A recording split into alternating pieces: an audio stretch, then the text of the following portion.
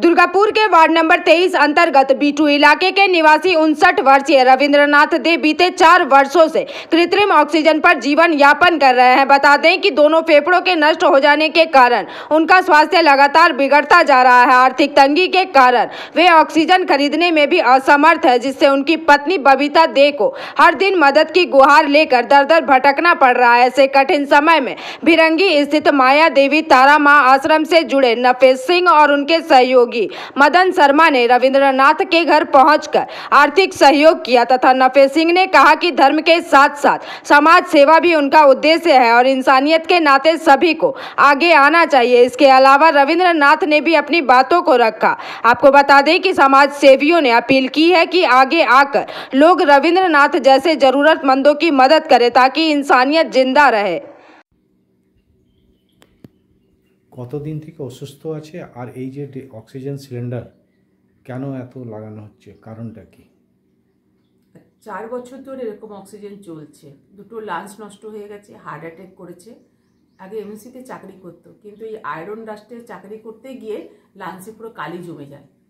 তারপর থেকে ডাক্তার জবাব দেয়, বললো কিছু করার নেই। 2.5 মাস সময় দিয়েছিল, কিন্তু ওই ভগবানের দয়াতে এখনো আছে, কিন্তু প্রচুর খরচা, মানে এতটাই খরচা আমি আর পারছি।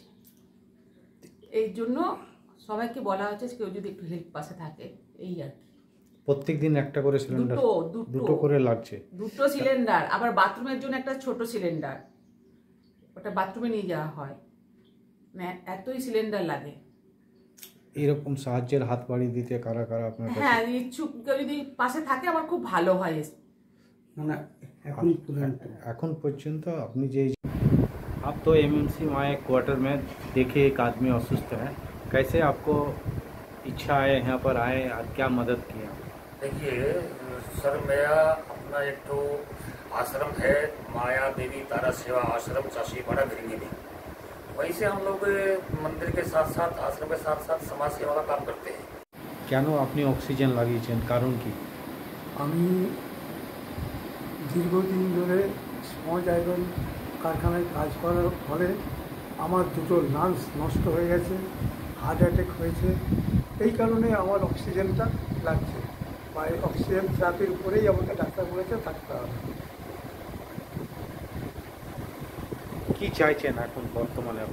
বর্তমানে চাইছি যে আমি সর্বশান্ত হয়ে গেছি, আমার পাশে আমার যে কোনো সহৃদয় লোক। दुर्गापुर से निमाई दास की रिपोर्ट, PVTV न्यूज़।